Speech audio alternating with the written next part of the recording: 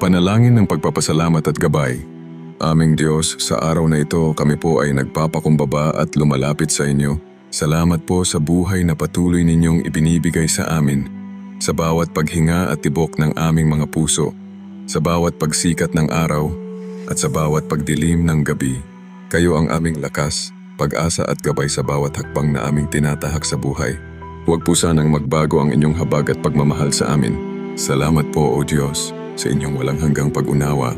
Bagaman kami ay nagkakamali, patuloy po ninyo kaming pinapatawad at binibigyan ng pagkakataon upang magbagong buhay. Salamat sa inyong pagtuturo sa amin na mahalin ang kapwa, magpakumbaba at magtiwala sa inyo. O Diyos, sa gitna ng lahat ng pagsubok at problema, naway bigyan ninyo kami ng lakas upang magpatuloy. Bigyan po ninyo kami ng tapang upang harapin ang mga pagsubok na ibinibigay ng buhay, nang may matatag na pananampalataya sa inyong kapangyarihan at kabutihan. Naway maging liwanag namin ang inyong mga salita sa bawat oras na kami nadadapa at nawawalan ng pag-asa. O Diyos, pagpalain po sana ninyo ang aming pamilya at mga mahal sa buhay. Protektahan po ninyo sila sa lahat ng kapahamakan, bigyan ng kalakasan at kalusugan, at patnubayan sa kanilang mga pangarap. Naway maging maayos ang aming samahan, puno ng pagmamahal, pag-unawa at respeto sa isa't isa. Naway magkaisa kami sa lahat ng bagay, nang may pusong nagkakaisa at nagpapasakop sa inyong kalooban. Tulungan po ninyo kami, O Diyos, na maging mabuting halimbawa sa aming kapwa. Naway magawa naming ipakita ang inyong pagmamahal sa pamamagitan ng mga gawaing mabuti at tama. Naway hindi kami magdalawang isip na tumulong sa mga nangangailangan, magbigay sa mga kapos at umunawa sa mga nagkakamali. Bigyan po ninyo kami ng bukas na puso upang kami makinig sa mga hinaing ng iba at umaksyon ng may malasakit at habag. Aming Diyos, ipinapanalangin po namin ang aming bansa. Naway pagkalooban po ninyo ang aming mga pinuno ng karunungan at matuwid na puso.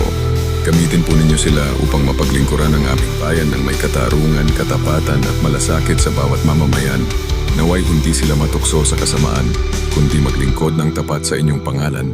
Patawarin po ninyo kami, O Diyos, sa aming mga kasalanan, ang aming mga pagkukulang, ang aming mga pagkakamali, at ang aming mga nagawang kasalanan ay aming inihahain sa inyo. Kami po ay nagsisisi at humihingi ng kapatawaran. Naway linisin po ninyo ang aming mga puso at isipan upang kami maging karapat-dapat sa inyong biyaya at pagpapala. Sa inyo po kami humihingi ng direksyon at gabay sa bawat desisyon na aming gagawin. Naway ang inyong kalooban ang siyang mangibabaw sa aming mga plano. Kung kami po ay may mga kagustuhan na hindi ayon sa inyong kalooban, itama po ninyo kami at gabayan sa tamang landas. Paalala po ninyo sa amin na ang aming buhay ay hindi sa amin, kundi sa inyo, Diyos. Sa lahat ng aspeto ng aming buhay, aming Diyos, kami po ay umaasa at nagtitiwala sa inyo. Ang lahat ng aming mga pangarap, mga mithin, at mga hinahangad ay aming sinusuko sa inyong mga kamay. Alam namin na kayo ang may pinakamainam na plano para sa amin.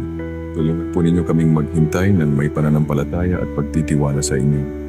Sa aming mga pag-aaral at trabaho, naway bigyan ninyo kami ng talino, kasipagan at disiplina.